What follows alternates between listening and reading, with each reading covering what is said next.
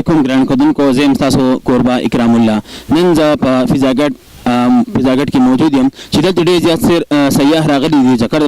غرض باندې راځي نن به د هغو نه تپوسونه کوو چې هغه په دې دلته دا ځای هغو ته څنګه محسوسېږي او د الیکشن 2018 روان دی د هغې په حوالې سره هم خبرې کوو چې دوی کومه پارټي سپورټ کوي او ولې سپورټ کوي راځئ زموږ سره دا راته لږ ووایه چې الیکشن 2018 روان دی په دې کې تاسو کومه پارټي سپورټ کوئ او ولې سپورټ کوئ پاکستان تحریک انصاف یو خو مین ته ما خو خپل لغه دا چې د ما وایف کینسر 2013 نه نو علاج اوس هم ټریټمنټ شوکت خانم روان دی انشاءالله کور شو تقریبا نو یو خو دغه هم دی چې دغه خدمت او د قوم لپاره دغه ښېګړې ته موږ وګورو بل دا چې واضح سطح باندې چې کوم دی نو په پولیس کې ریفارم راغلی په ایجوکیشن کې په هیلث کې نو انشاءالله چې تېر شوي ګورنمنټ نه چې کوم دی ښه کارونه کړلي نور نعمتونو نسبت باندې تحریک انصاف سپورټ کوو د مواصلاتو په ذریعه د تعلیم په ذریعه او نور ترقیاتي کارونو په وجه باندې تاسو کوم پارټي سپورټ کوئ او ولې سپورټ کوئ ما خو جې بېنظیره پارټي په دې سپورټ کوو چې ډېر زیات خلک دي کونډې وړاندې دي څه شته نه خاوندان یې مړه دي له اوسه پورې هم 25,000 روپۍ وله مخکې مو ورکړي دي او اوس هم د بېنظیرې پیسې راځي او خلک یې اخلي او ډېر زیات دي خلک خوشحاله دي زه خو په خپله باندې جماعت اسلامي سپورټ کوم او ځکه یې سپورټ کوم چې یو اسلامي تحریک دی نو په دغې وجه یې سپورټ کوم الیکشن 2018 کې زه جماعت اسلامي سپورټ کوم زه ځکه جماعت اسلامي سپورټ کوم چې زموږ په طرف ته زموږ په بونیر کې پیر بابا کې ډېر کارونه کړي دي زموږ اوس کینډیډیټ ولاړ دی بختي جان صاحب چې هغه ډېر ښه کارونه کړي سړکونه جوړ کړي دي سکولونه جوړ کړي هسپتالونه جوړ کړي دي کم ښه کارونه چې دي هغه زموږ طرف ته جماعت اسلامي کړي په دې په وجه موږ ټول څومره چې پیر بابا والي دي هغه ټول جماعت اسلامي سپورټ کوي الیکشن 2018 روان دی په دې کې تاسو کومه پارټي سپورټ کوئ او ولې سپورټ کوئ یا جی زموږ خو بس په پلار باندې کې پیپل پارټي را روانه ده او پیپل پارټي یو داسې پارټي ده چې هغه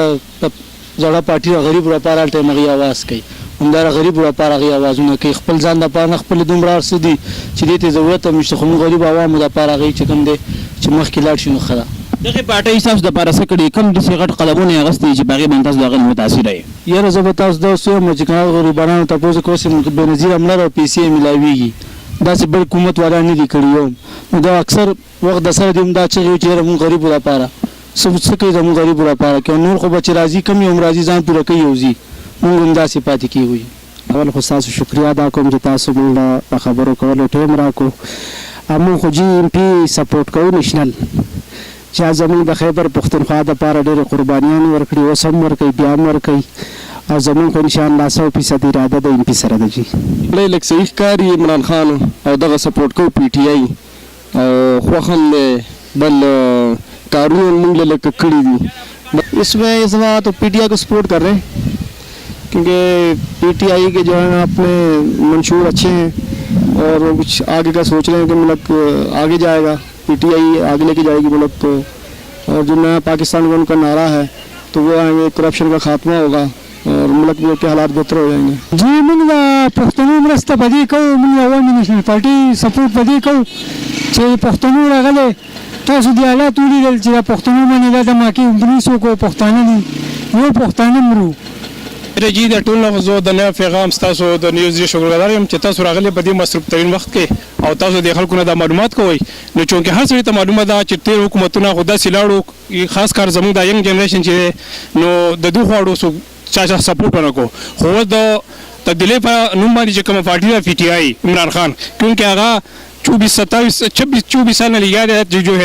جدوجہد وکړو او چونکې هغه داسې ناره وهله چې انشاءالله په دې ملک کې د تبدیلۍ اواز پورته شوی دی انشاءالله موږ ینګ جنریشن خاص کر په ټوله دنیا کې د بهر ملک زموږ کم زه په خپله په سعودي عرب کې پاتې کېدم دا حالات موږ سره دلي دغه په باره کې چې کم دی د موږ په باره کې هر سړی هوا ورکوي چېرې دا چلیا خو الحمدلله عمران خان یو داسې لیډر موږ خدای راکړلی چې انشاءالله په دې ملک کې موږ انشاءالله د خدای نه دا امید دی یو نه امید دی چې د تحریک انصاف او